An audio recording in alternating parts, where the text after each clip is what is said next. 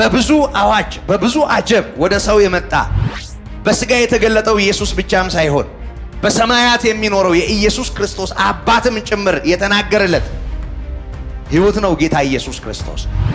እግዚአብሔርን አለመስማት ስለሆነ መጀመሪያ በሰው ልጅ ሕይወት ውስጥ ችግር የሆነው ለእግዚአብሔር የሚኖረው ነገር ስለሆነ የሰው ልጅ በሽታ ልክ በዚያው መጠን እግዚአብሔርን ማዳመጥ እግዚአብሔር መስማት ነበረባቸው። ሙሴም ሰማው፣ ሕዝቡም ሰማ። በእርሱ የሚያምን ሁሉ የዘላለም ሕይወት እንዲኖረው እንጂ እንዳይጠፋ የሰው ልጅ ይሰቀል ዘንድ ይገባዋል። ምን ማለት ነው? ከዚህ ውጪ ሌላ መንገድ የለም ማለት ነው። በእርሱ የሚያምን የዘላለም ሕይወት እንዲኖረው እግዚአብሔር ይመስገን። በእርሱ የሚያምን ምን አለው? የዘላለም ሕይወት አለው። በደንብ አስተውሉ ወገኖች። ከስጋችሁ ጋር አትሟገቱ፣ ከስሜታችሁም ጋር ወዲያ ወዲያ አትበሉ። እግዚአብሔርን ቃል እንደወረደ አሜን በሉ። በስመ አብ ወወልድ ወመንፈስ ቅዱስ አሐዱ አምላክ አሜን። እንዴት አረፈዳችሁ? በምሕረት የደገፈን ይህን ጊዜ የሰጠን አምላካችን በጌታችን በመድኃኒታችን በኢየሱስ ክርስቶስ የተመሰገነ ይሁን። በሚረዳን በሕያው እግዚአብሔር ጸጋ ካቆምንበት እንቀጥላለን።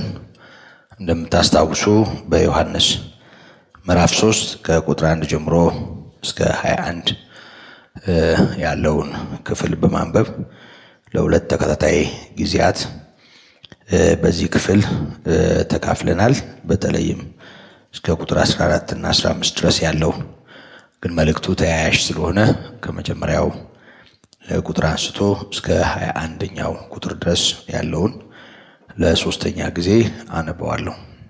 ከፈሪሳውያንም ወገን የአይሁድ አለቃ የሆነ ኒቆዲሞስ የሚባል አንድ ሰው ነበር። እርሱም በሌሊት ወደ ኢየሱስ መጥቶ መምህር ሆይ እግዚአብሔር ከእርሱ ጋር ከሆነ በቀር አንተ የምታደርጋቸውን እነዚህን ምልክቶች ሊያደርግ የሚችል የለምና መምህር ሆነ ከእግዚአብሔር ዘንድ እንደመጣ እናውቃለን አለው። ኢየሱስም መልሶ እውነት እውነት እልሃለሁ ሰው ዳግመኛ ካልተወለደ በቀር የእግዚአብሔርን መንግሥት ሊያይ አይችልም አለው። ኒቆዲሞስም ሰው ከሸመገለ በኋላ እንዴት ሊወለድ ይችላል? ሁለተኛ ወደ እናቱ ማኅፀን ገብቶ ይወለድ ዘንድ ይችላልን? አለው። ኢየሱስም መለሰ እንዲህም ሲል እውነት እውነት እልሃለሁ ሰው ከውሃና ከመንፈስ ካልተወለደ በቀር ወደ እግዚአብሔር መንግሥት ሊገባ አይችልም። ከሥጋ የተወለደ ሥጋ ነው፣ ከመንፈስ የተወለደ መንፈስ ነው። ዳግመኛ ልትወለዱ ያስፈልጋችኋል ስላልኩህ አታድንቅ። ነፋስ ወደሚወደው ይነፍሳል፣ ድምፁንም ትሰማለህ፣ ነገር ግን ከወዴት እንደመጣ ወዴትም እንደሚሄድ አታውቅም። ከመንፈስ የተወለደ ሁሉ እንዲሁ ነው። ኒቆዲሞስም መልሶ ይህ እንዴት ሊሆን ይችላል አለው። ኢየሱስም መልሶ እንዲህ አለው፣ አንተ የእስራኤል መምህር ስትሆን ይህን አታውቅምን? እውነት እውነት እልሃለሁ የምናውቀውን እንናገራለን፣ ያየነውንም እንመሰክራለን፣ ምስክርነታችንን አትቀበሉትም። ስለ ምድራዊ ነገር በነገርኋችሁ ጊዜ ካላመናችሁ ስለ ሰማያዊ ነገር በነገራችሁ እንዴት ታምናላችሁ? ከሰማይ ከወረደው በቀር ወደ ሰማይ የወጣ ማንም የለም፣ እርሱም በሰማይ የሚኖረው የሰው ልጅ ነው። ሙሴም በምድረ በዳ እባብን እንደሰቀለ እንዲሁ በእርሱ የሚያምን ሁሉ የዘላለም ሕይወት እንዲኖረው እንጂ እንዳይጠፋ የሰው ልጅ ይሰቀል ይገባዋል። በእርሱ የሚያምን ሁሉ የዘላለም ሕይወት እንዲኖረው እንጂ እንዳይጠፋ እግዚአብሔር አንድያ ልጁን እስኪሰጥ ድረስ ዓለሙን እንዲሁ ወዷልና። ዓለም በልጁ እንዲድን ነው እንጂ በዓለም እንዲፈርድ እግዚአብሔር ወደ ዓለም አላከውምና። በእርሱ የሚያምን አይፈረድበትም። በማያምን ግን በአንዱ በእግዚአብሔር ልጅ ስም ስላላመነ አሁን ተፈርዶበታል። ብርሃንም ወደ ዓለም ስለመጣ ሰዎችም ሥራቸው ክፉ ነበርና ከብርሃን ይልቅ ጨለማን ስለወደዱ ፍርዱ ይህ ነው። ክፉ የሚያደርግ ሁሉ ብርሃንን ይጠላል፣ ሥራውም እንዳይገለጥ ወደ ብርሃን አይመጣም። እውነትን የሚያደርግ ግን ሥራው በእግዚአብሔር ተደርጎ እንደሆነ ይገለጽ ዘንድ ወደ ብርሃን ይመጣል። እንጸልያለን። የሕይወት ብርሃን አምላካችን እግዚአብሔር በሰማያት ያለኸው የሕይወታችን ጌታ የነፍሳችን ጠባቂ የሆንከው ክብራችን ሆይ እናመሰግንሃለን፣ እናከብረሃለን። በብዙ መልካምነትህ በሕይወት ስላለን ይህን ዕድል ሰጥተህ ስላቆምከን ዘወትር በምክርህ በማጽናናትህ በተግሳጽህ በትምህርትህ ግሩም የሆንክ አምላካችን ባስለመድከን መልካምነት ከእኛ ጋር ዛሬም እንደ ወትሮ ስለምትገኝ እናመሰግንሃለን። ጌታ ሆይ ቃልህን ደጆች ክፈትልን፣ አስተምረን፣ በውስጣችን ጆሮ እንድናደምጥ ለልባችን ልብ እንድትናገር የሰማይ አምላክ አስተውለን እንድንሰማ በእውነትና በመንፈስም አንተን ለማምለክ የሚሆን መንቃትም እንዲሆንልን የትኛውም የጠላት ምክር በስምህ የፈረሰ እንዲሆን በጌታችን በኢየሱስ ክርስቶስ ስም እንማልድሃለን። ማንም በከንቱ የሚመለስ እንዳይኖር ጌታ ሆይ ከሰው ልብ ቃል በመልቀም ሰውን የሚያራቁት ጤናማው ምክርህን በማጣመም ከተነገረበት ዓላማ ውጪ በተሳሳተ መንገድ ሰዎች እንዲረዱ በማድረግ የሚሰራ ማስተዋልን የሚነሳ የክፋት ኃይል በአንድ ሰው ላይ እንኳ እድል እንዳይኖረው በጌታችን በኢየሱስ ስም የታሰረ ይሁን። ቃሉን ልኮ ፈወሳቸው ተብሎ እንደተጻፈ ቃል ለፈውስ ለብርቱ መጽናናት በዚህ ጉባኤ በጽድቅ እንዲነገር የሚሰሙ ሁሉ ጌታ ሆይ እንዲድኑና እንዲያርፉ መልካምነትህን እንማልዳለን። አንተ ለእኛ ሕያው ነህ፣ የምትሠራ አምላካችን እግዚአብሔር ሆይ በነገር ሁሉ እናመሰግንሃለን። አስተምረን፣ በጌታችን በኢየሱስ ክርስቶስ ስም አሜን። ክብር ለአምላካችን ይሁን። በዚህ ክፍል ያው ቅድም በመግቢያዬ እንዳልኩት ሁለቴ ተካፍለናል። ዛሬ ለሶስተኛ ጊዜ እንካፈለዋለን። በተለይ ቁጥር 14 እና 15 ላይ ያለውን ቃል ቁጥር 16 እና 17 ላይ ካለው ጋራ በማያያዝ የምንመለከት ይሆናል። እንደምታውቁት በተደጋጋሚ እንደተካፈልነው ጌታ ኢየሱስ ክርስቶስ ኒቆዲሞስ ከሚባል ከአይሁድ አለቃ የአይሁድ ሸንጎ አባል ከሆነ ቀን በግልጽ መጥቶ ከጌታ ለመማር ምናልባትም ወገኖቹን ፈርቶ ሊሆን ይችላል በምሽት እየመጣ ከጌታ ይማር የነበረ በተለምዶ የምሽት ተማሪ ወይም የማታ ተማሪ ተብሎ ይጠራል። ማታ ማታ ይመጣ ነበረ ተብሎ ተጽፏልና ይሄ ሰው በሌሊት ወደ ጌታችን ወደ ኢየሱስ ክርስቶስ በመምጣት ጌታ ኢየሱስ ክርስቶስን እንዳስተማሪ በመቀበል የተናገረውን እና ጌታ ከዚህ ሰው ጋር ምን አይነት ቃለ ምልልስ እንዳደረገን የተመለከት ነው እና በዚህ ክፍል በተደጋጋሚ እንደተማርነው ኒቆዲሞስ ከሌላው ከወገኖቹ የሚለይ ማንነት አለው። ግን ከወገኖቹ ይለይ እንጂ እሱም የሚቀረው ነገር ነበር እንደተማርነው። ይሄ ሰው ከአይሁድ ጌታን ከሚጠሉቱ ከማይፈልጉቱ በብዙ ይለያል። ባለፈውም ጠቆም እንዳደረኳችሁ በምዕራፍ 7 ከቁጥር 45 ጀምሮ በዮሐንስ ወንጌል ማለት ነው። እንደገና በምዕራፍ 19 ከቁጥር 39 ጀምሮ ተጽፎ እንደምናየው ጌታ ኢየሱስ በተወነጀለበት ጊዜ እሱን ለመያዝ ተልከው የነበሩ ሰዎች እሱን ሳይዙ በመጡበት ጊዜ አይሁድ በዚህ ተቆጥተው እንዴት ሳትይዙት መጣችሁ? እናንተም እንደሌላው ሳታችሁን? በማለት በሚያጉረመርሙበት ጊዜ እንዴ ሕጋችንስ ቢሆን ከተወነጀለው ሰው ሳይሰማ ለጉዳዩ ምላሽ ሳይሰጥ ይፈርዳል ወይ? በማለት እንደው እነዛ ሰዎች ስላልተማሩና ሕግን ስለማያውቁ ስተው የተገኙ መስለው ለታዩአቸው ይሄ ሕግን የማያውቅ ሕዝብ የተረገመ ነው ብለው በመልእክተኞቹ ያጉረመረሙትን ሰዎች እንዲህ በማለት እንዳቆማቸው በኋላም አንተስ ከገሊላ ነህ ወይ በማለት ጉዳዩን ከትውልድ አገሩ ጋር ለማያያዝ መሞከራቸውን አይተናል። ከዛ ባሻገርም ጌታ ከተሰቀለ በኋላ ከዮሴፍ ጋር ስጋውን በመለመን እንደ አይሁድ ባህል አገናነዝ ገንዞ ለማሳረፍ ንጥር የሆነ ከሐሞትና ከከርቤ የተዘጋጀ ቅመም ወይም የተቀመመ ነገር ይዞ የመጣ ሰው እንደሆነም ተመልክተናል። እና ከሌሎቹ የሚለየው ነገር አለ። የሆነ ሆኖ ግን ወደ ጌታችን ወደ ኢየሱስ ክርስቶስ ሲመጣ የገባው ነገር ቢኖር ምንድነው? አንድ እግዚአብሔር ከእርሱ ጋር የሆነለት ሰው መጥቷል። እግዚአብሔር ይሰማዋል። የሚያደርገው ተአምራት እግዚአብሔር ከእርሱ ጋር እንደሆነ ማሳያ ነው የሚል ግንዛቤ ስለነበረው ወደ ኢየሱስ ክርስቶስ ሲመጣ በሚያውቀው ዕውቀት ላይ አንድ ነገር የሚጨምርለት ከአይሁድ ረበናት እንዳንዱ የሆነ አስተማሪ ያገኘ መስሎት ነው የመጣው እና መምህር ሆነ ከእግዚአብሔር ዘንድ እንደመጣ በዚህ እናውቃለን ያለው።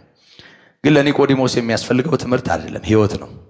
እና ዘሩ የተበላሸን ሺህ ጊዜ ብትንከባከቡት ከዘሩ ውጭ ያተርፋል ይሆናል። ለምሳሌ ግራዋ ተክለን፣ ግራዋ ታውቃላችሁ? መጣቁ ከሆነ አላውቅም አለ አዲስ አበባ ይኖር ይሆናል። ባህር ዛፍም በሉት ጽድም በሉት ብቻ ዝም ብዬ ነው የጠራሁት። ግራዋም ይሁን ግራዋ መራር እንደሆነ አውቃለሁ። ጣፋጭ ነገር የማይወጣው ነገር እንደሆነ አውቃለሁ። እና ክፍለ ሀገር ያው ዋዲያት ጋን ምናምን ማጠቢያ ነው። ዋዲያትም የምታውቁ ከሆነ ማለት ነው። እና ከዛ የተረፈ ነገር የለው። በጣም መራር ነው። ለዚህ ነው መሰለኝ ብዙ ጊዜ ግራዋ ይቀናኛል፣ እጠራዋለሁ። ግራዋ ተክለን እንደው ሺህ ብንንከባከቡ፣ ለሙዝ የሚሆን እንክብካቤ ብናደርግለት፣ ለመንጎ የሚሆን እንክብካቤ ብናደርግለት እንደው ደክማብኛለች ለፍቶብኛል ብሎ እንደው አንድ ቀን ሙዝ ይሰጠናል? ይሰጠናል? አይሰጥም። ለምንድን ነው የማይሰጥም? ዘሩ ግራዋ ስለሆነ። በእንክብካቤ ብዛት የማንለውጠው ነገር ቢኖር ከዚህ ጋር የተያዘው ነገር ነው። ሙዝ ሙዝ ነው መሆን የሚችለው። ብርቱካን ብርቱካን ነው መሆን የሚችለው። ሆምጣጤ ሆምጣጤ ነው መሆን የሚችለው። ባህር ዛፍ ባህር ዛፍ ነው ዘሩ፣ ማንነቱም ያው ነው። ስለዚህ አንድ ሰው የሚፈልገውን ጣፋጭ ነገር ከማይገኝበት ስፍራ መፈለግ የለበትም።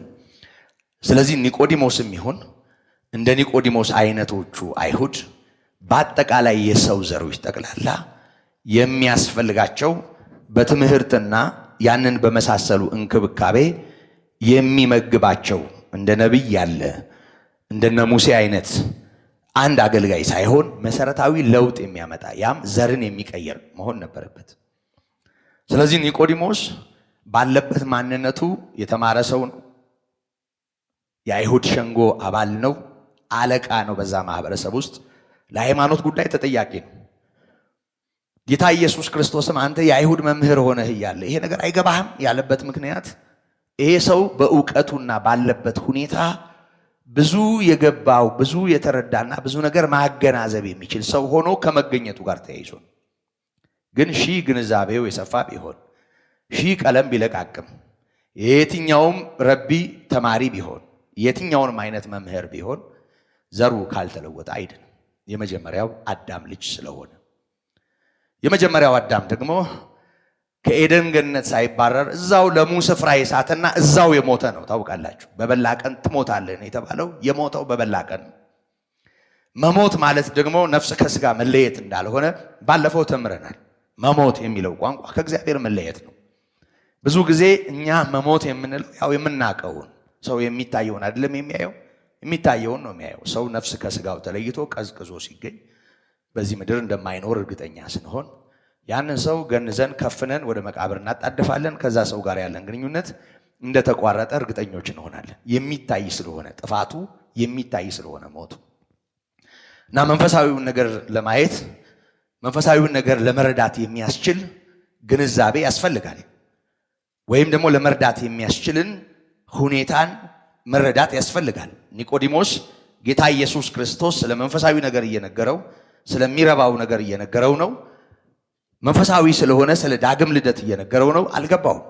ስላልገባው ሰው ከሸመገለ በኋላ ትልቅ ከሆነ በኋላ እንደገና ወደ እናቱ ማህፀን ገብቶ ይሄ ልጅ የሚመስል ዝም ብሎ የሕፃን የሚመስል ነገር ተናገረ እና ንግግሩ የመነጨው መንፈሳዊውን ነገር መረዳት ከማይችል ህሊናው ግን ፊደል ከለቃቀመ ማንነቱ ከትልቁ ማንነቱ የወጣ ከፈሪሳዊነቱ የወጣ የሚገርም አይነት አለማስተዋል። ምክንያቱም ጉዳዩ የማያስገርም ቢሆን ኖሮ ጌታ አይገረምም። አንተ መምህር አይደለህም? ምንድነው የምታስተምረው?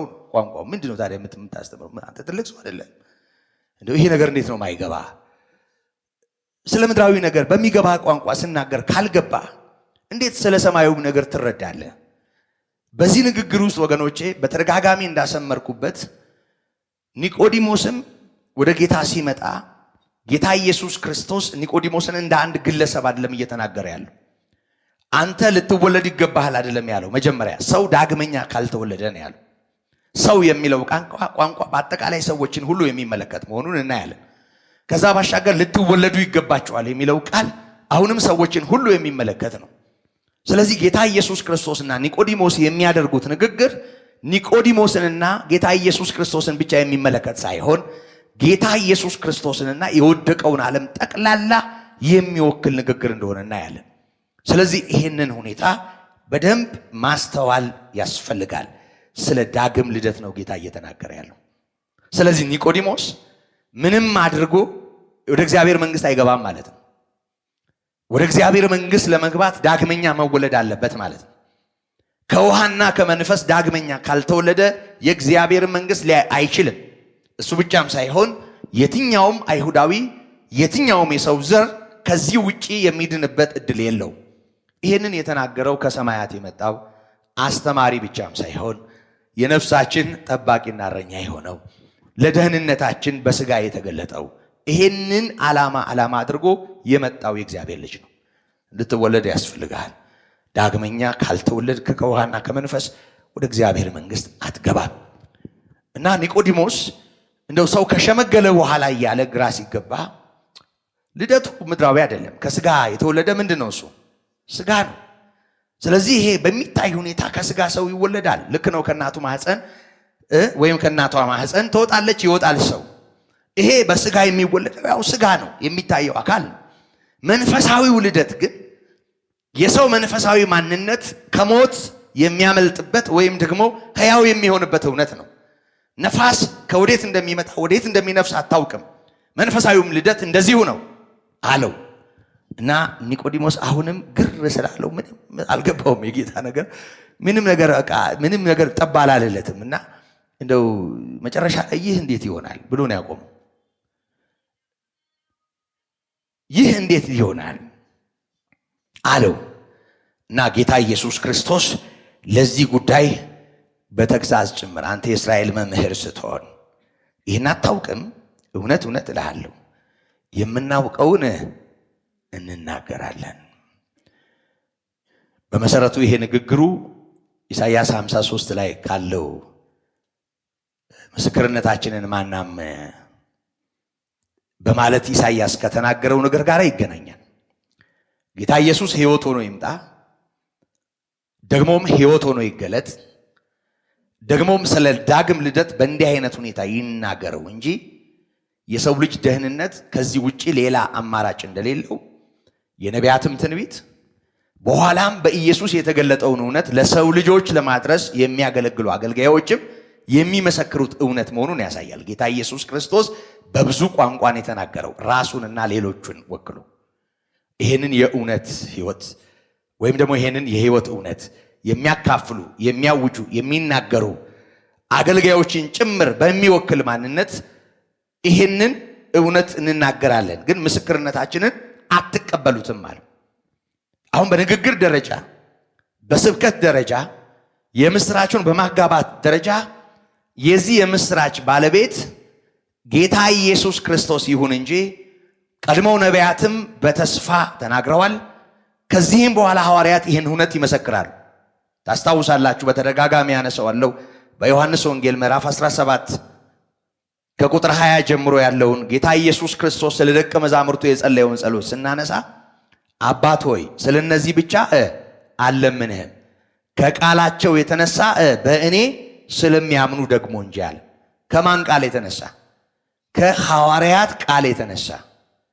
ሐዋርያት ይህንን የምስራች ይዘው ይሄዳሉ። ስለዚህ ስለነዚህ ብቻ አሁን ፊት ለፊቴ ስላሉት ደቀ መዛሙርት ብቻ አልለምንህም፣ እነዚህ ሰዎች የሚናገሩትን ሰምተው በእኔ ስለሚያምኑ ደግሞ እንጂ ሲል እናያለን። አሁንም ይህንን የምስራች በተመለከተ ነቢዩ ኢሳይያስ ምስክርነታችንን ማን አመነ? የእግዚአብሔር ክንድ ለማን ተገለጠ? በማለት በምዕራፍ 53 ላይ ስለ መሲሁ ስለ ኢየሱስ ክርስቶስ ቤዛነት እንደተናገረ እንዲሁ ይህን ቤዛነት ማዕከል ያደረገ ምስክርነት ራሱ ጌታ ኢየሱስ ክርስቶስ የሚናገረው ከሱም በኋላ ሐዋርያት የሚሰብኩት ደግሞ የሕያው እግዚአብሔር መንፈስ የመሰከረለት ራሱ እግዚአብሔር አብ ጨምሮ የተናገረለት በብዙ አዋጅ በብዙ አጀብ ወደ ሰው የመጣ በሥጋ የተገለጠው ኢየሱስ ብቻም ሳይሆን በሰማያት የሚኖረው የኢየሱስ ክርስቶስ አባትም ጭምር የተናገረለት ሕይወት ነው ጌታ ኢየሱስ ክርስቶስ። ይሄንን እውነት እንናገራለን፣ ግን ምስክርነታችንን አትቀበሉትም ሲል በአጠቃላይ ከሰማይ የሆነውን መልእክት የተናገሩ ተናጋሪዎችን ሁሉ ሊወክል ይችላል፣ ራሱ እግዚአብሔርን ጨምሮ። ታስታውሳላችሁ በዕብራውያን ምዕራፍ 2 የመጀመሪያ አንቀጽ ላይ ያለውን ደጋግሜ ያነሳዋለሁ፣ የምታስታውሱት ይመስለኛል።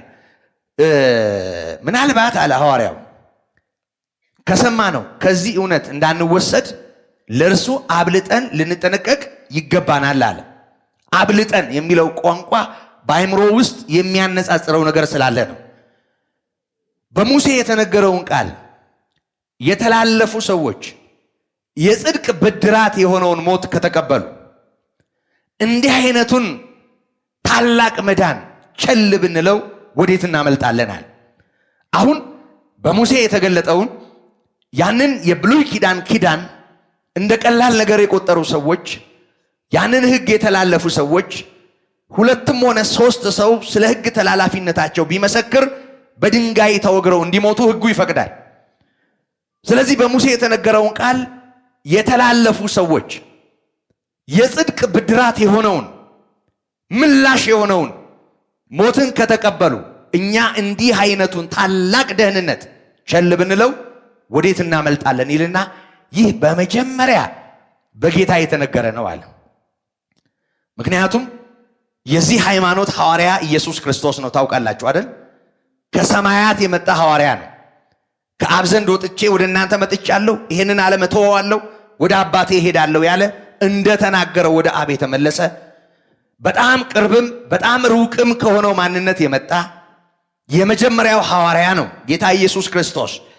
የዕብራውያኑ ጸሐፊ ምዕራፍ 3 ቁጥር 1 ላይ የሰማያዊ ጥሪ ተካፋይ የሆናችሁ ቅዱሳን ወንድሞች የሃይማኖታችን ሐዋርያና ሊቀ ካህናት የሆነውን ኢየሱስን ተመልከቱ ይላል። ስለዚህ አሁን የተከተልነው ሃይማኖት ሐዋርያ ነው ጌታ ኢየሱስ፣ የዚህ ሃይማኖት ሊቀ ካህናት ነው። ይሄንን ተመልከቱት ይለናል። ስለዚህ ይህ በመጀመሪያ በእርሱ የተነገረ ነው ማለት አሁን እኔና እናንተ እየሰማነው ያለ ነው፣ እየሰበክነው ያለ ነው፣ እየዘመርነው ያለ ነው ወንጌል በመጀመሪያ በእርሱ የተነገረ ነው። ከእርሱ የሰሙት ደግሞ ለእኛ አጠኑት። ከእርሱ የሰሙት ሐዋርያት ናቸው፣ ደቀ መዛሙርት ናቸው። ይሄ ብቻ አይደለም አለ ጌታ እግዚአብሔር ራሱ መንፈስ ቅዱስን በማደል በድንቅና በተአምራት አብሮ መሰከረለት ይላል። ስለዚህ የሕያው እግዚአብሔር መንፈስ የኢየሱስ ክርስቶስ ወንጌል ምስክር ነው። የሕያው እግዚአብሔር መንፈስ በሐዋርያት በኩል ሲያደርገው የነበረው ድንቃ ድንቅ ነገር የዚህ ወንጌል ምስክርነት ነው። ራሱ እግዚአብሔር አብ የኢየሱስ ክርስቶስ ምስክር ሆኗል። ስለዚህ ይህ አሁን በጌታ የተነገረው እግዚአብሔር ራሱ መንፈስ ቅዱስን በማደል በጽድቅና በድንቅና በተአምራት የመሰከረለት ነው። ስለዚህ ይህን ታላቅ ደህንነት ቸል ብንለው ብንክደው ሌላ ጉዳይ ነው። ስለ ክህደት አይደለም የሚነግረን እዚህ ቦታ ላይ። ስለ ክህደት ምዕራፍ 6 አንብቡ፣ ዕብራውያን 6። ስለ ቸልታ ነው የሚያወራው። ዝም ብሎ ቸለል ስለማለት ቀዝቀዝ አድርጎ ስለመያዝ ይሄን እውነት እንደ ቀላል ነገር ስለመቁጠር ነው እየተናገረ ያለው። የሙሴን ሕግ ያላዳነውን እንኳ የተላለፉ ሰዎች 2 እና 3 ምስክሮች ቢመሰክሩባቸው በድንጋይ ተወግረው ይሞቱ ነበር። እኛ ይሄን ታላቅ ደህንነት ቸል ብንለው ወዴት እናመልጣለን ይላል። ይሄ ደህንነት ታላቅ ነው። ይሄ ደህንነት ከአንበሳ አፍ ማምለጥ አይደለም። ይሄ ደህንነት ከእሳት መሻገር አይደለም። ይሄ ደህንነት እንደነ ሃማ ካሉ ተንኮለኞች እጅ መዳን አይደለም። ይሄ ደህንነት ታሞ ካልጋ መነሳት አይደለም። ይሄ ደህንነት ከሽባነት፣ ከዓይነ ስውርነት፣ ከጎባጣነት መዳን አይደለም። ይሄ ደህንነት ከዘላለም ሞት ማምለጥ ነው። ይሄ ታላቅ ደህንነት ነው። ሰው ሁሉ ደህንነት የሚለው ነገር ተጠራቅሞ ይሄንን አያክልም። ሌላውን በተመለከተ እግዚአብሔር በዘመናት በወደደው መንገድ ብዙ ሰዎችን በተለያየ ሁኔታ ረድቷል። ይሄኛውን በተመለከተ ግን ያለ ኢየሱስ ክርስቶስ ስጋዌ ያለ እርሱ እንዲህ ባለ ሁኔታ መምጣት ሊሆን የማይችል ደህንነት ነው። ስለዚህ ይሄ ታላቅ መዳን ነው። ይሄን ቸል ብንለው ወዴት እናመልጣለን ነው የሚለው። ስለዚህ ምስክርነታችን የሚለው ቃል እነዚህን ሁሉ ነገሮች ያገናዘበ ነው። ጌታ ኢየሱስ ክርስቶስ ስለ ዳግም ልደት እየተናገረ ነው። ስለ እግዚአብሔር መንግሥት እየተናገረ ነው። ዳግመኛ ልትወለዱ ይገባችኋል እያለው ነው። ስለዚህ ሰው ሁሉ ይሄንን እውነት እንዲሰማው ጌታ እየተናገረ ነው። ኒቆዲሞስ አልገባሁም፣ ሰማያዊ ነገር ሊረዳ አልቻለም። ይሄንን መረዳት እንዴት ያቅታሃል በማለት አንተ ትልቅ ሰው አይደለም፣ አንተ መምህር አይደለም በማለት ገሰጸው። ከዛ በኋላ ጌታ ኢየሱስ ክርስቶስ እንደገና ማብራሪያ መስጠት ጀመረ። በዚህ ማብራሪያ ውስጥ ባለፈው እንደተማርነው ብዙ ወደዛ አልሄድም። ከሰማይ ከወረደው በቀር ወደ ሰማያት የወጣ ማንም የለም።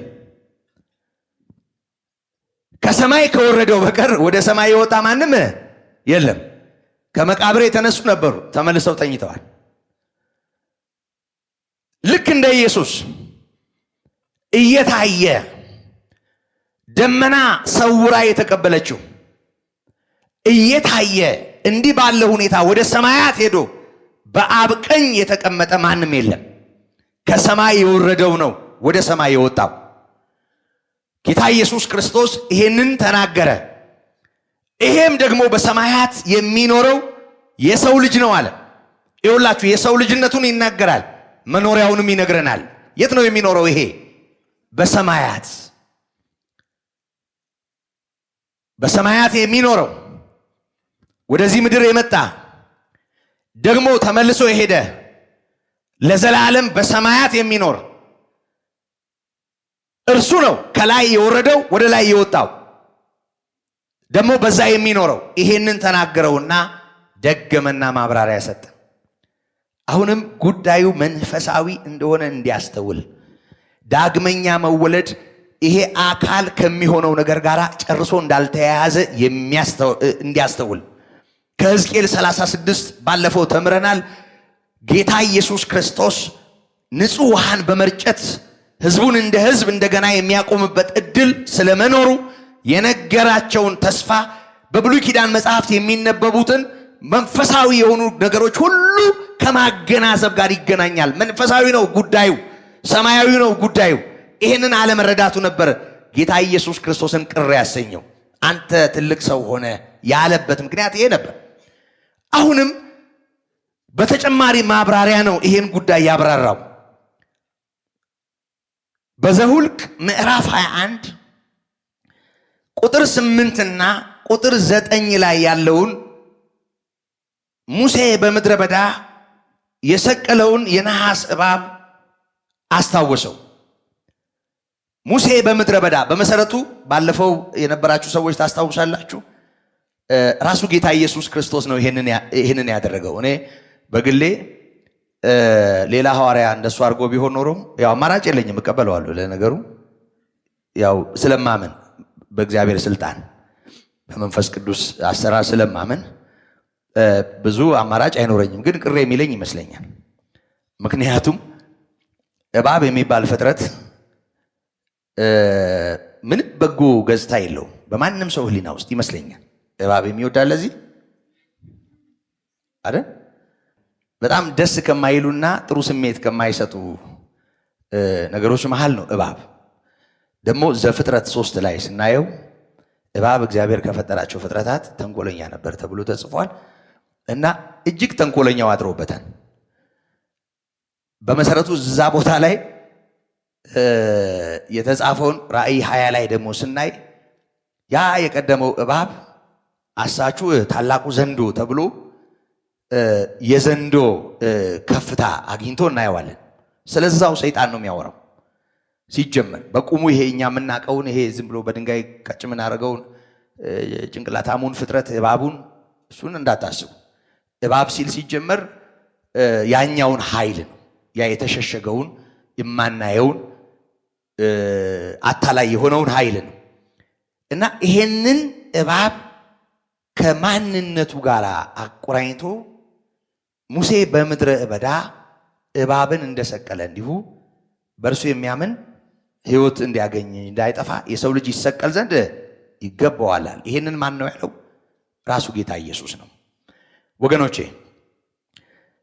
ወደ ኋላ መለስ ብለን ጥቂት እየደገምኩት ነው ሐሳቡን፣ ግን በደንብ ማስመር የፈለግኩት ነገር ስላለ ነው። በደንብ ስሙኝ። ወደ ኋላ መለስ ብለን በዘሁልቅ ምዕራፍ 21 በዘሁልቅ ምዕራፍ 16 እና በዘጸአት 16 ላይ ያሉትን የመጽሐፍ ቅዱስ ክፍሎች ስናነብ እስራኤል በምድረ በዳ ተነድፎ የወደቀበትን ምክንያት እናነባለን። ምን ነበር ምክንያታቸው? ጠቅለል ባለ ሁኔታ ታውቃላችሁ። ከግብፅ ተነስተው ወደ ከነዓን ጉዞ ማድረግ የጀመሩት የእስራኤል ልጆች ከ2 ወር ከ15 ቀን ጉዞ በኋላ ከግብፅ ከወጡ ማለት ነው ሲናይ ተራራ ስር ደርሰዋል። ሲን የሚባል ምድረ በዳ፣ ሲና የሚባል ምድረ በዳ።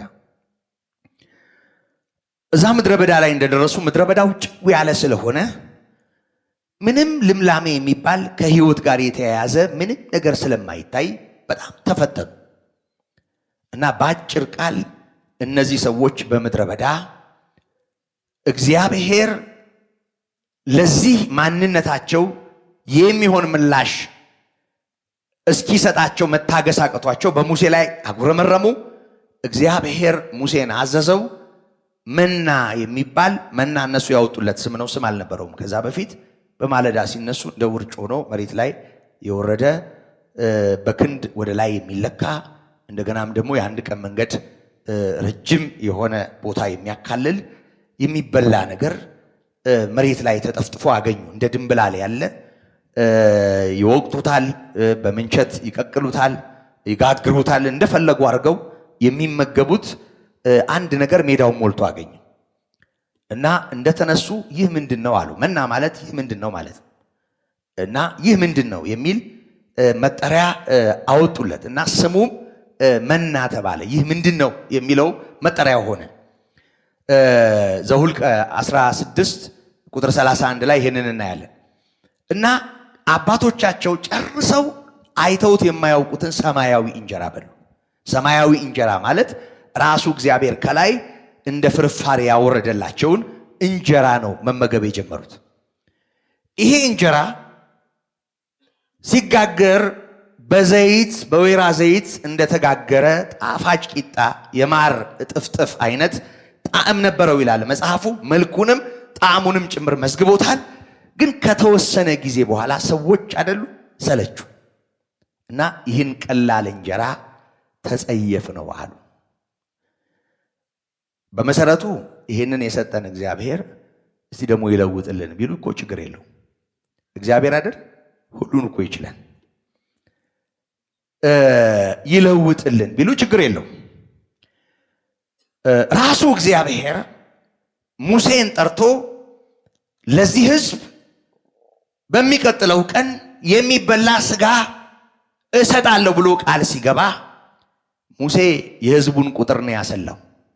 እኔ እኮ በ600,000 ሕዝብ መካከል የምቆም ሰው ነኝ። ለ600,000 ሕዝብ የሚሆን በሬ ነው በግ ነው ምንድን ነው የሚታረደው? ሙሴም ጭምር እግዚአብሔርን ሳያውቀው አቀለለው። ቃል በቃል እነዚህ ምዕራፎች በጥቅሉ የሰጠኋችሁ እንድታነቧቸው ነው። ቃል በቃል ለምን አቀለላችሁኝ አለ እግዚአብሔር። እኔ አይደለሁም ወይ አለ። ሲጨመር አንድ ጭብጥም ይሁን አንድ ክምር በተአምራት የወረደ ከሆነ አውራጁ ነው መታየት ያለበት። አውራጁ ነው መታየት ያለበት። ጭብጥ መሆኑም አይደለም፣ ክምር መሆኑም አይደለም። ከዛ ጀርባ ያለው ነው መታየት የነበረበት። እነሱ ግን ሙሴን ጨምሮ በዚህ ተፈተነ። የሚያሳዝነው ነገር ከሰማይ የወረደውን እንጀራ ራሱ እግዚአብሔር የሰጣቸውን መና ከላይ የወረደውን ያልዘሩትን ያላጨዱትን በምንም አይነት ሁኔታ በድካም ያልሰበሰቡትን ነገር እንደ ቀላል ነገር መቁጠራቸው፣ ሰለቸን ማለታቸው እግዚአብሔርን አስከፍቶታል። በዘኍልቍ 16ም ላይ በዘጸአት 16ም ላይ ያለውን ቃል ተመልከቱ። እንደናቁት እንዳላከበሩት ሰማያዊውንም እንጀራ እንደ ቀላል ነገር እንደቆጠሩት ነው ያየው። አሁን በሕዝቡና በእግዚአብሔር መካከል የተፈጠረው መራራቅ ከሌላው ነገር ውጪ ከነሐሱ እባብ ጋር በተያያዘው ጉዳይ ምክንያት የነበረው ከሚበላ ነገር ጋር ተያይዞ እግዚአብሔርን ተስፋ ለማድረጋቸውና በዚህ ሁኔታ እግዚአብሔርን ማቅለላቸው ነው። ሰማያዊውን እንጀራ ይህ ቀላል እንጀራ ነው ያሉት። ይህን ቀላል እንጀራ ሰውነታችን ተጸየፈዋል። ሰጪው እግዚአብሔር ነው። ቀይርልን ማለት ይችላሉ። አምላክ ወይ ደግሞ ሰው አይደለን፣ እኛ እኮ ደክመናል፣ አሁን ደግሞ ይለወጥልን ማለት ይችላሉ። ይሄን አይደለም ያሉት። ውስጣችን ተጸየፈዋል። በዚህ እግዚአብሔር ተከፋ። እባብ ሰደደባቸው። ዝም ብሎ በአጋጣሚ እባብ ባለበት ሰፈር ሲሄዱ አይደለም እባብ ያገኛቸው። የእግዚአብሔር ቁጣ ነው ለእባብ አሳልፎ የሰጣቸው። ስለዚህ እነዚህ ሁሉ ሰዎች በእባብ ተነደፉ። በጣም ብዙ ሰዎች ሜዳ ላይ ወደቁ እና ሕዝቡም ወደ ሙሴ መጮህ ጀመረ። በአንተና በእግዚአብሔር ላይ ከንቱ ነገር ተናግረናል፣ እባክህ ወደ እግዚአብሔር ጸልይልን፣ እግዚአብሔር ይህንን መቅሰፍት ከኛ ያንሳው በማለት ጠየቁት። እና ሙሴም በእግዚአብሔር ፊት ጮኸ። እግዚአብሔርም ለዚህ ጉዳይ ምላሽ ሰጠ። ዘኍልቍ 21 ሁለቱን ቁጥሮች ባነባቸው ደስ ይለኛል ቃል በቃል። ሙሴም ስለ ሕዝቡ ጸለየ። ቁጥር 7 ጀምሮ ላንብበው። ሕዝቡም ወደ ሙሴ መጥተው በእግዚአብሔርና በአንተ ላይ ስለተናገርን በድለናል። ምን ስላል? ስለተናገርን እባቦችን ከኛ ያርቅልን ዘንድ ወደ እግዚአብሔር ጸልይልን አሉ። ሙሴም ስለ ሕዝቡ ጸለየ። እግዚአብሔርም ሙሴን እባብን ሰርተህ በዓላማ ላይ ስቀል። ዓላማ የሚለው ከፍ ያለ እንጨት ላይ ባላ ባለ እንጨት ላይ ብዙዎች እንዲያዩት እንደ ሰንደቅ ዓላማ ከፍ እንዲያደርገው መናገሩ ነው። ስቀል። የተነደፈውም ሁሉ ሲያያት በሕይወት ይኖራል አለው። ሙሴም የነሐሱን እባብ ሰርቶ በዓላማ ላይ ሰቀለ። እባብም የነደፈችው ሰው ሁሉ የናሱን እባብ ባየ ጊዜ ዳነ። እግዚአብሔር ይህንን አደረገ። አሁን ወደዚህ ታሪክ የመለሰኝ ሁለት ነገር ነው። የመጀመሪያው ነገር እነዚህ ሰዎች በምድረ በዳ በእባብ ተነድፈው የወደቁበት ምክንያት እግዚአብሔር ከላይ ያወረደውን እንጀራ መናቃቸውና መጸየፋቸው ነው። ባጭሩ የእግዚአብሔር የሆነውን ሰማያዊውን እንጀራ ወይም ሰማያዊውን ስጦታ ውስጣቸው ተቃውሟል። ከዚህ ጋር ተያይዞ በእባብ ተነድፈው ወድቀዋል። በምድረ በዳ የነደፋቸው እባብ ደግሞ በኤደን ገነት አዳምና ሔዋንን ካታለላቸው እባብ ጋራ መንፈሳዊ በሆነ ሁኔታ ማያያዝ እንዲቻል ሆኖ ነው የቀረበው።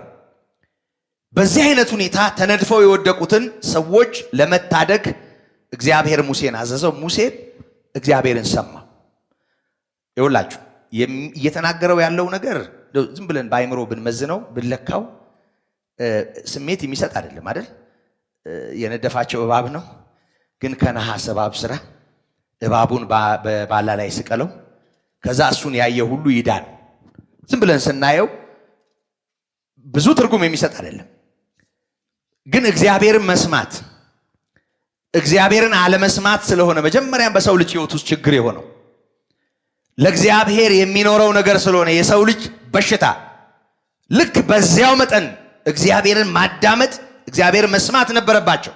ሙሴም ሰማው፣ ሕዝቡም ሰማ እና ከነሐስ አቅልጦ እባብ ሰራ። ያንን የነሐስ እባብ ከፍ ያለ ዓላማ ላይ ወይም ባላ እንጨት ላይ ሰቀለው። እንደተናገረው በባላ እንጨት ላይ የተሰቀለውን የነሐስ እባብ አይተው ዳኑ እና ያ በእነሱ ውስጥ የነበረው መርዝ ልክ ያንን የተሰቀለ እባብ ባየው ጊዜ ከውስጣቸው ተወገደና የወደቁት ሁሉ መነሳት ቻሉ። ይኸውላችሁ አሁን በፊት ለፊታቸው ከሰማይ የወረደ እንጀራ አለ። ከሰማይ የወረደ እንጀራ ቃል በቃል ዮሐንስ 6 ላይ ከሰማይ የወረደ እንጀራ እኔ ነኝ ያለው። ከሰማይ የወረደ እንጀራ በምድረ በዳ እስራኤል በልተውት በኋላም ሰለቸን ብለው በእባብ ተነድፈው እንደሞቱበት ያይደለ የሕይወት እንጀራ በፊት ለፊታቸው አለ። ዳግም ልደት ከዚህ እውነት ጋር ይገናኛል። ዳግም ልደት ይሄንን እውነት አሜን ከማለት ጋር ይገናኛል። ባለፈው ከሮሜ ምዕራፍ 10 ጋር አያይዘን ተመልክተናል። ስለዚህ ጌታ ኢየሱስ ክርስቶስ ሙሴ በምድረ በዳ እባብን እንደሰቀለ እንዲሁ በእርሱ የሚያምን ሁሉ የዘላለም ሕይወት እንዲኖረው እንጂ እንዳይጠፋ የሰው ልጅ ይሰቀል ዘንድ ይገባዋል አለ። ራሱን ከተሰቀለው የነሐስ እባብ ጋር አገናኝቶ ይሄም ደግሞ ለዚህ ዘመን ጥላ ሆኖ የቀረበ ስለነበረ ጌታችን አያይዞ መናገሩን እናያለን። ወገኖቼ አሁንም ደህንነት ከምንም ሌላ ውጣ ውረድ ጋር አይገናኝም። የተሰቀለውን የነሐሱን እባብ ከማየት ጋር ነው የሚገናኘው። የተሰቀለው የነሐስ እባብ ስንል ደግሞ የነሐሱ እባብ ስላይደለ በተፈጥሮ በውስጡ መርዝ ስለሌለ የተናደፈ እሱ አይደለም፣ የገደለ እሱ አይደለም። ግን በገደላቸው በነደፋቸው ምድረ በዳ ላይ ባንደፋደፋቸው በጣላቸው እባብ አምሳል ሰው የእባብ ቅርጽ ሰጥቶ የሰቀለው የነሐስ እባብ በማንነቱ በደል የሌለበትን ኃጢአት የሌለበትን ጴጥሮስ እንደተናገረው ሲሰድቡት መልሶ አልተሳደበም አለ። መከራን ሲቀበል አልዛተም። ነገር ግን በጽድቅ ለሚፈርደው ራሱን አሳልፎ ሰጠ።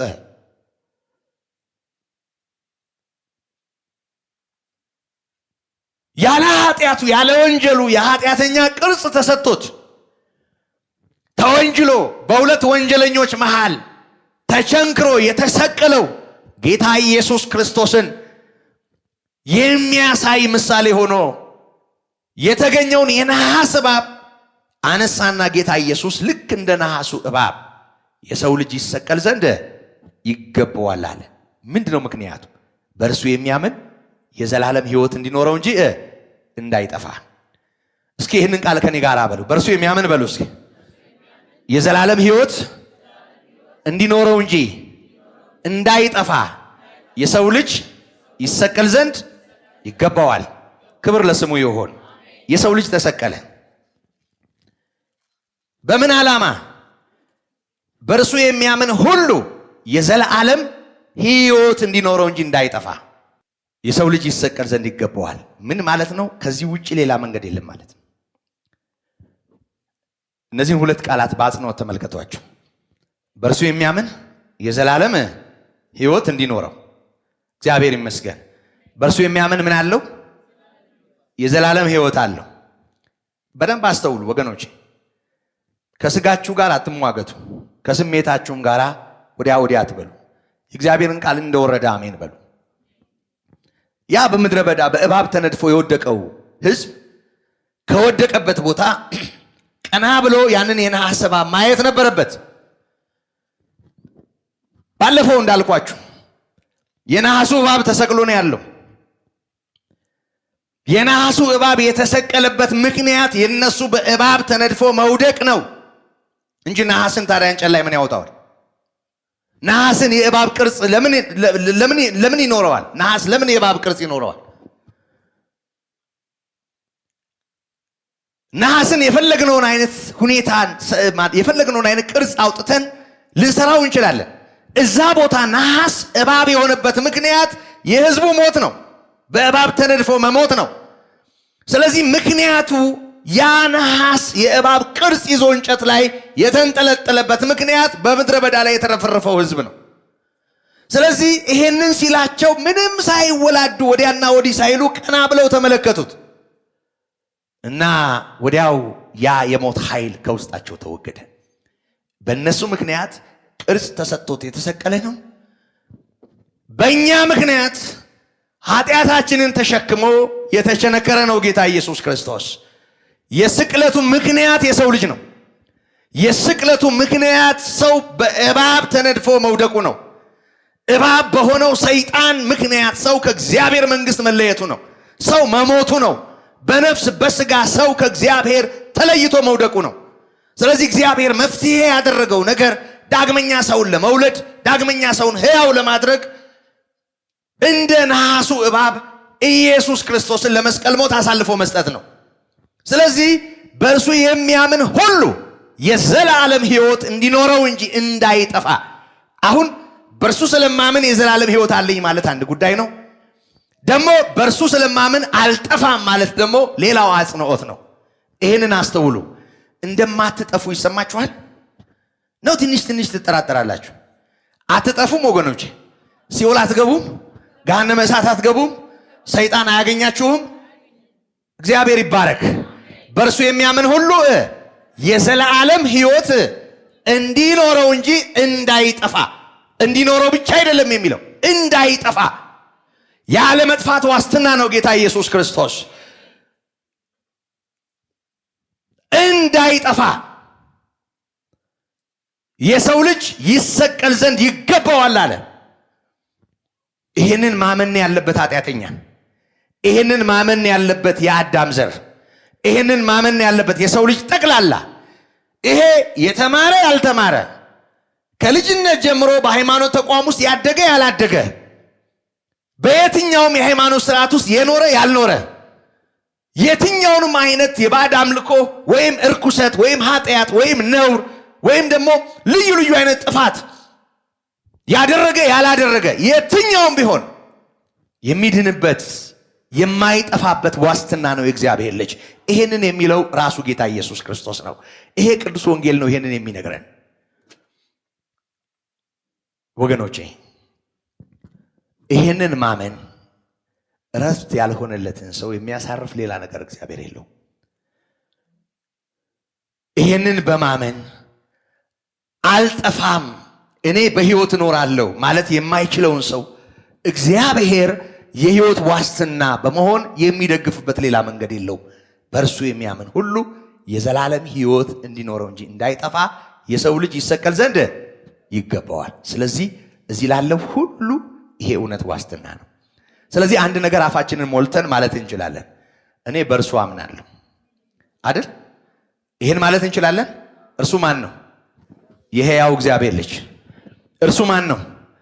የሕያው እግዚአብሔር ልጅ፣ በሥጋ የተገለጠ አምላክ፣ እኛን ስለማዳን ሰው የሆነ፣ እኛን ስለማዳን በመስቀል ላይ የተቸነከረ፣ የእኛን ኃጢአት ተሸክሞ የተሰዋ፣ ይሄ ምክንያት ሆኖ ወደዚህ ዓለም የመጣ ብቻም ሳይሆን ለሞት ያውም ለመስቀል ሞት የታዘዘ ነው እሱ። በእርሱ አምናለሁ እኔ የእግዚአብሔር ልጅ እኔን ስለማዳን ሰው ሆኗል። በእርሱ አምናለሁ ስለ እኔ እንደተሰቀለ፣ በእርሱ አምናለሁ ስለ እኔ እንደተነሳ፣ ደግሞ ሞትን ድል አድርጎ የተነሳው በክብር ወደ አባቱ እንደሄደ በእርሱ አምናለሁ የሚል ሰው የዘላለም ሕይወት አለው። ወገኖቼ ሕይወት አለን፣ ያውም የዘላለም። በእኛና በሲኦል መካከል፣ በእኛና በዘላለም ሞት መካከል፣ በእኛና በሰይጣን መካከል፣ በእኛና ኃጢአት በሚያመጣው በየትኛውም ነገር መካከል ጌታ ኢየሱስ ክርስቶስ ጣልቃ ገብቷል። ስለ እኛ ክርስቶስ ተሰቅሏል። ሕይወት አለን። ይህንን አስተውላችሁ ሁላችሁም እንድትሉ ትፈልጋለሁ። በጌታ በኢየሱስ በሉ እስኪ። ስለማምን የዘላለም ሕይወት አለኝ። እርሱ ስለ እኔ ስለተሰቀለ፣ የኃጢአቴን ዕዳ ስለከፈለ፣ እኔ ከኃጢአት ነፃ ነኝ። ከዘላለም ሞት አድኖኛል። ስለዚህ ሕይወት አለኝ። እግዚአብሔር ይባረክ። እግዚአብሔር ይባረክ። እቺ ቅልል ያለች ቀላል የመዳን መንገድ ናት። ቀላል ነው አይደል? ለኛ አዎ፣ ለኛ አዎ።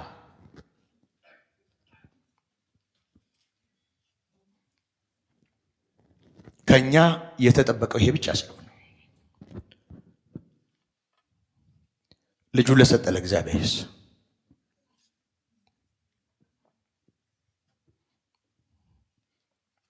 ራሱን አዋርዶ በምስሉ እንደ ሰው ለተገኘው ለኢየሱስ ክርስቶስስ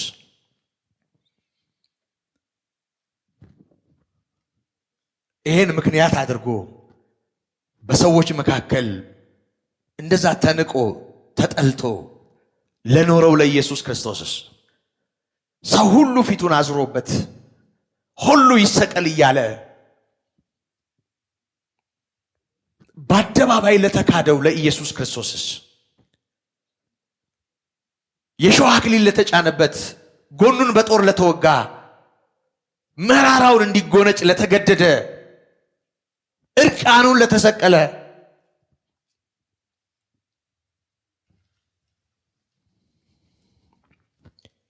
ለኢየሱስ ክርስቶስስ ይሄ እንደኔና እንደናንተ ቀላል አይደለም።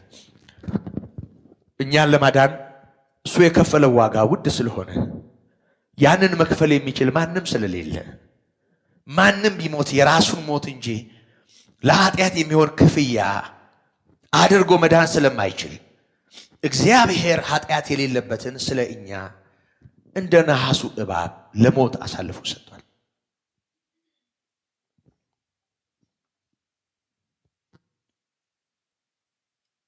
ስለዚህ ውድ ዋጋ የተከፈለበት ሕይወት ነው ሕይወታችን። ለኔና ለእናንተ ልክ ነው። ሙሴ ያንን ቅርጽ ሰጥቶ የእባብ ቅርጽ አቅልጦ ነሐሱን ያንን እንጨት ላይ አጥመልምሎ ሰቅሎ ይሄን ተመልከቱ ትድናላችሁ ብሎ ሲናገር በጣም ቀላል ነው ሁኔታው።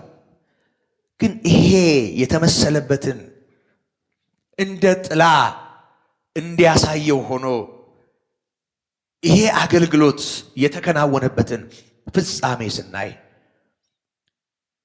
እንደ ነሐሱ እባብ የተሰቀለው የእግዚአብሔር ልጅ ነው። ያለ ኃጢአቱ የሁላችንንም ኃጢአት የተሸከመው የእግዚአብሔር ልጅ ነው። የዳነው እንዲሁ በነፃ አይደለም። እኛ አንክፈለው እንጂ እሱ ውድ ዋጋ ከፍሎ ነው። ስለዚህ ውድ ዋጋ የተከፈለበት ሕይወት ዳግም ልደት ይባላል። ይሄ ሕይወት ኢየሱስ ክርስቶስን በመቀበል በማመን እንዲሁ በነፃ ለኛ የተሰጠ፣ አንዳንዶች በነፃ ሲባል ባዶ መስሎ የሚታያቸው በውድ ዋጋ የተገኘ ሕይወት ነው። ወገኖቼ እኛ በክርስቶስ ስለምናምን የዘላለም ሕይወት አለን። ሕይወት አለን ብቻ አይደለም፣ አንጠፋም። እንዳይጠፋ የሰው ልጅ ይሰቀል ዘንድ ይገባዋል። ዝም ብዬ እንዳላልፈው ሊናይን ስለያዘው አንድ ነገር ላስታውሳችሁ። ይህን የነሐስ እባብ እንዲሰራ እግዚአብሔር ፈቀደለትና የነሐስ እባብ ሰራ፣ ሕዝቡ ዳነ። ይሄ ከሆነ በኋላ በጣም የሚገርመው ነገር መቼም ይሄ ሕዝብ እንደው በእውነት በጣም ነው የሚገርመኝ እግዚአብሔር እነሱን መውደዱ መሸከሙ እና የእነሱ ደግሞ እንደው ጨርሶ ወደ አለማስተዋል ጨርሶ ጨለማ ይገርመኛል። ሁሌ ነው የሚገርመኝ። ግን እንዴት አስባለሁ? ጳውሎስ እንደተናገረው እግዚአብሔር ኃጢአተኞችን ይቀበል ዘንድ እንዳለው ምሳሌ ሊያደርገኝ አለ። በኃጢአተኛ ዋና በመሆን በእኔ ላይ ምሕረቱን ገለጠ አለ። እኔ ይሄ ሕዝብ የእግዚአብሔር ምሕረት ማሳያ ነው። የሚገባኝ እንደሱ ነው። በጣም ነው የሚገርመኝ። ይሄ ከሆነ በኋላ ከክርስቶስ ልደት በፊት ከ716 እስከ 667 ነው እንደዚህ አካባቢ 67 ድረስ የነገሰ ሕዝቅያስ የሚባል በይሁዳ ነገስታት ታሪክ ውስጥ 13ኛ ንጉሥ የሆነ በ25 ዓመቱ ወደ ስልጣን የመጣ 29 ዓመት ህዝቡን ያስተዳደረ ሕዝቅያስን ታውቁታላችሁ? ሰምታችሁ አይደል? ስለዚህ ሰውዬ አይደል? ብታውቁት ይመስለኛል። ካላወቃችሁት አንብቡት። ሁለተኛ ነገሥት 18 ላይ ታሪኩን ታገኙታላችሁ። ይኸውላችሁ እስከዛን ዘመን ድረስ ይህንን የነሐስ እባብ ወስደው ምን ማድረግ ጀመሩ? ያጥኑለት ጀመር። አያሸተው ግን ያጭኑለታል። ሲታጠንለት አይሰማ። የሚሰማው ማን ነው? ይህንን አድርግ ያለው በሰማይ ያለው አይደል? ነሐሱ እኮ ነሐስ ብቻ ነው፣ ምንም ነገር የለው። ነሐሱ ነሐስ ብቻ ነው። ነሐሱ እንዲያገለግል የተፈቀደው በዛች ሰዓት በእባብ ተነድፈው የወደቁ ሰዎች ሕይወት እንዲሆንላቸው እንዲፈወሱ ብቻ ነው። ከዛ ባሻገር ደግሞ ጌታ ኢየሱስ ለራሱ ስነ ስቅለት ምሳሌ አድርጎ እንዳነሳው የተሰቀለውን ጌታ ኢየሱስ ክርስቶስን ለማሳየት ብቻ በዚህ ዓላማ ነው የነሐሱ እባብ እንዲያገለግል የተደረገው። እስራኤል ጉዞ አልቆ በነ ኢያሱ በነ ካሌብ መሪነት ምድረ ርስት የተባለችውን ከወረሱ በኋላ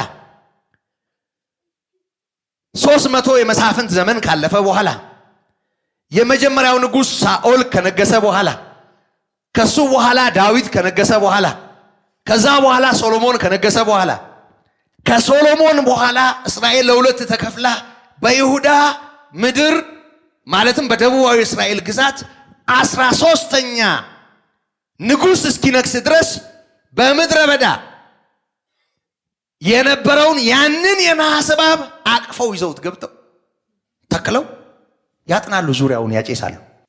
በጣም እግዚአብሔር በዚህ ጉዳይ በጣም አዝኖ ነበር። ይኸውላችሁ ከተነገረለት ዓላማ ውጪ ስለሆነ የሆነው ነገር ያለምንም ጥርጥር ከበዓሊም ከአስታሮት ከሌሎቹ ጣዖታት የተለየ አይደለም። ጣዖት የሚሆነው ለምንድን ነው? እንጨት ስለሆነ ነው? እስቲ ንገሩኝ። ጣዖት ለምንድነው ጣዖት የሚሆነው? ጨሌ ስለሆነ ነው? ለምንድነው ጨሌ ጣዖት የሚሆነው? ወይም ደግሞ ጣዖት የሚሆነው ለምንድን ነው? እስኪ ንገሩኝ። ምን ስለሆነ ነው? ጣዖት የሚሆነው ቁስ ስለሆነ አይደለም። ቁስ ስለሆነ አይደለም። እንጨት ሁሉ ጣዖት ነው። ለምሳሌ ይሄ እንጨት ነው፣ እንገለገልበታለን። እዚህ ጋር አትሮንስ አድርገን እየተጠቀምንበት ነው። ይሄ እንጨት ነው። እንዲህ ስንገለገልበት ያው ይሄ ነው። ይሄንን እንዲህ ቆርጬ አሳጥሬ እንዲሰገድለት ባደርገው እና ሰዎች ይሄኛው ይሰማኛል ቢሉ ምን ይሆናል? እዚህ ጋር መጠቀሚያ ነው፣ ጥሩ አትሮንስ ነው። ግን ስፍራውን ሲለቅ ምን ይሆናል? ጣዖት ይሆናል። ጨላጨሌው ብዙዎቻችሁ አንገት ላይ ጆሮ ላይ ይንጠለጠላል። አንቀልባ ይሆናል። ከታች ብዙ ነገር ያደርጉታል። ጌጣጌጥ ያደርጉበታል። ዝም ብሎ ጌጣጌጥ ሲሆን ጌጣጌጥ ነው። ግን እሱን የነካ ይቀሰፋል ከተባለ፣ እሱን የዳሰሰ ይባረካል ከተባለ፣ ደሞም ይሰማል ያያል ብለን በዙሪያው የሆነ ነገር የምናደርግ ከሆነ አያችሁ፣ በሚሰማው በሚያየው በአምላክ ምትክ ካደረግነው ከዛ ቅጽበት አንስቶ ያቁስ ምን ይሆናል ማለት ነው? ጣዖት ይሆናል። በደንብ ስሙኝ። የነሐሱ እባብ ራሱ እግዚአብሔር እንዲሰራ ያዘዘው ነው። ሕዝቡ እንዲድንበት እግዚአብሔር አድርጓል። የነሐሱ እባብ ነሐስ በመሆኑ የእባብ ቅርጽ ያለው በመሆኑ በራሱ ማንነት ምንም አድርጎ አይደለም። እግዚአብሔር እንደዛ እንዲሆን ስለፈቀደ የሆነ ነው። እግዚአብሔር መስማታቸው ነው ከሞት ያዳናቸው። ያላቸውን ተመለከቱ፣ በነደፋቸው አምሳል ያለውን አዩ፣ ወዲያው ቀጥ አለ። እዚህ ዝም ብለን ብናየው ሳይልሱት፣ ሳይዳስሱት፣ ሳያቅፉት፣ ሳይነካኩ ምንም ከዛ ነገር ጋር ግንኙነት ሳይኖራቸው ከሞት ኃይል የሚድኑበት ምክንያት ምንድን ነው? ይሄንን ፈቃድ ይሄንን ትእዛዝ ያዘዘ እግዚአብሔር ብቻ ነው ምክንያቱ።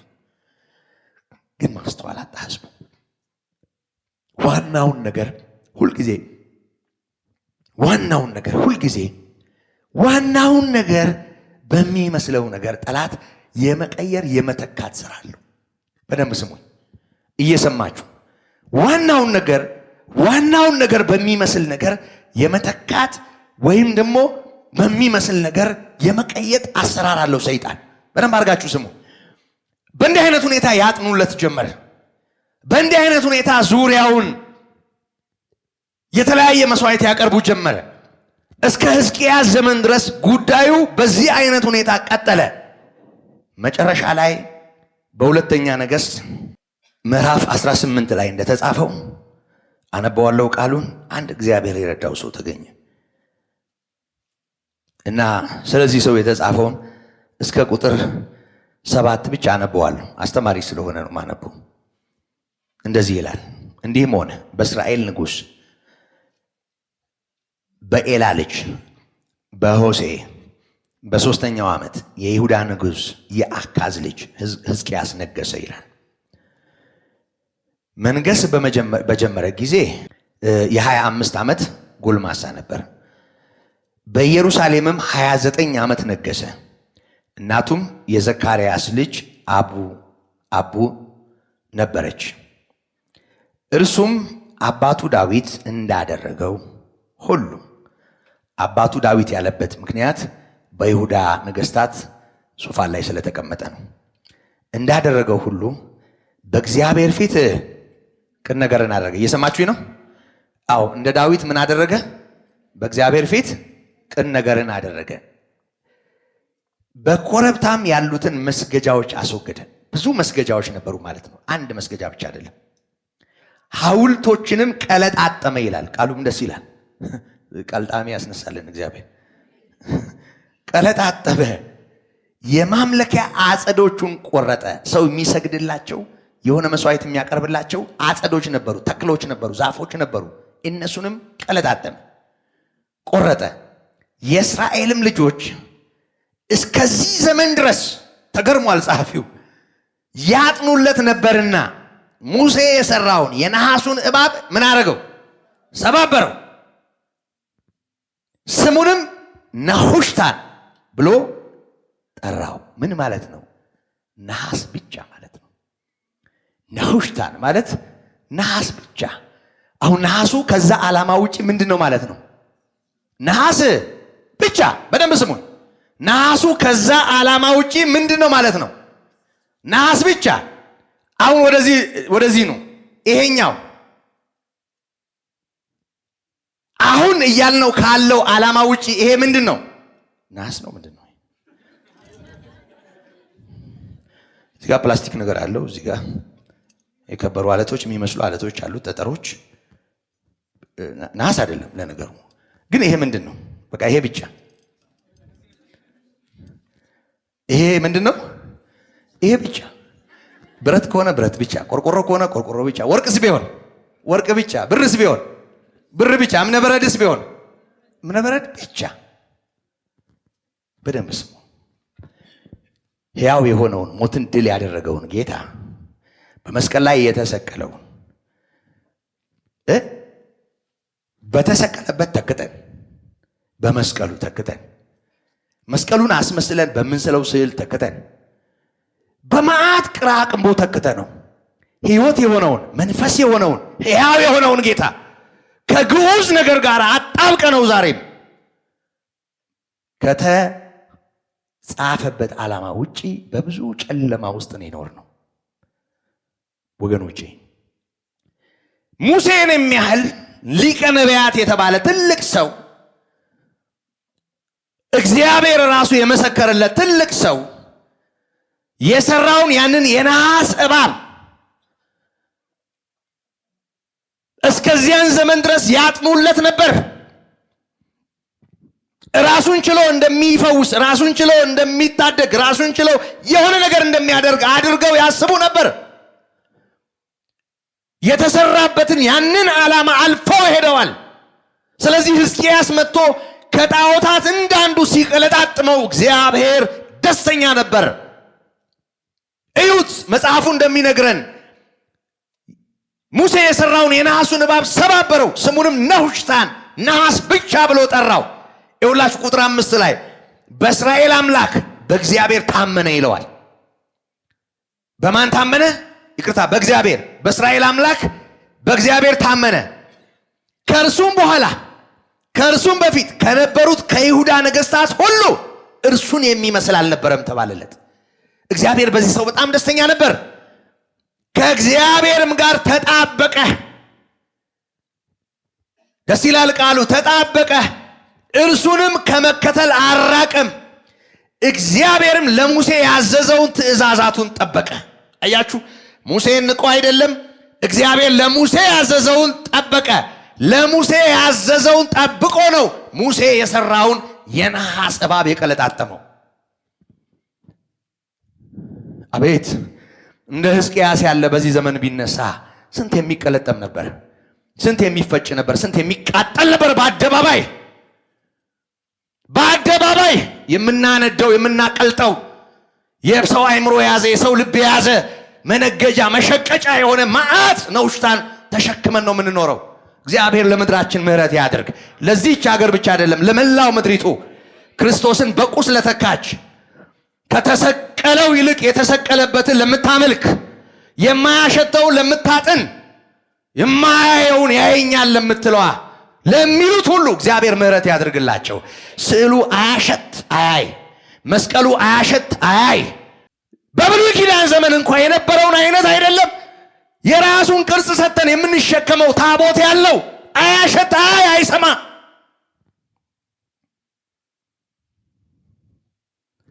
አንድ ሕዝቅያስ አይደለም 1000 ሕዝቅያስ የሚያስፈልጋት በብዙ ቅራቅንቦ የተሞላች ምድር ናት። ከዚህ በላይ መዓት ቢወርድብን፣ እግዚአብሔር ፊቱን ቢያዞር፣ እግዚአብሔር አሳልፎ ቢሰጠን፣ በብዙ ነገር ብንወድቅ የሚገርም አይደለም። ምክንያቱም ቅሌታችን ብዙ ስለሆነ መዓት ነውሽታን መዓት ቅራቅንቦ ተሸክመን ስለምንኖር ወገኖቼ አስተውሉ። የእግዚአብሔር የሆነውን ጠላት እንዴት እንደሚያጣጥመው የእግዚአብሔር በሚመስል ነገር ያጣምመዋል፣ ይተካል፣ ይደርታል። ከተጻፈው ውጪ ሕዝቅያስ ሙሴ ያዘዘውን ትእዛዝ ፈጸመ፣ ከእግዚአብሔር ጋር ተጣበቀ፣ እግዚአብሔር ያለውን አደረገ። ሙሴ የሰራውን ግን ያ ትውልድ በተሳሳተ መንገድ ወደ አምልኮ የቀየረውን ያንን ነሐስ ብቻ ናውሽታ ነው፣ ይሄ ቁስ ነው፣ ማይሰማ አያድን ብሎ ቀለጣጠመው። እግዚአብሔር እንደው ለመታሰቢያ እንኳን ብታስቀምጥልኝ አላለው። ሙዚየም እንኳን ቢገባልኝ አላለው። ለምን ቀለጠምከው አላለውም። ምክንያቱም ታሪኩ በልባቸው አለ። ይሄው ጌታ ኢየሱስ እያስታወሰው ነው። በሙሴ በምድረ በዳ እባብን እንደሰቀለ ጉዳዩ እዛ እባብ የነሐስ እባብ ተሰቅሎ የሆነው ጉዳይ እንጂ ነሐሱ አልነበረም ጉዳዩ። እና ወገኖቼ በደንብ እናስተውል።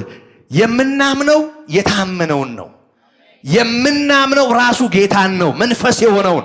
እግዚአብሔር መንፈስ ነው። የሚሰግዱለት በእውነትና በመንፈስ ሊሰግዱለት ይገባል። እግዚአብሔር ቁስ አይደለም። እግዚአብሔር ስዕል አይደለም። እግዚአብሔር ጣውላ አይደለም። እግዚአብሔር እንጨት አይደለም፣ ነሐስ አይደለም፣ ወርቅም ብርም አይደለም። እግዚአብሔር እሱ እግዚአብሔር ነው። አይተካ፣ በቁሳቁስ በሺህ ወርቅ አይተካም። እግዚአብሔር ራሱ እግዚአብሔር ነው። እናሳፍራለንም እናሳዝናለንም። ይሄን ሁሉ ጉድ ተሸክመን ነው እግዚአብሔር የምናመልከው። ማት ኮተት ተሸክመን ነው እግዚአብሔር ተክተን በቃ እግዚአብሔርን ተክተ ነው፣ በብዙ ነገር ተክተ ነው።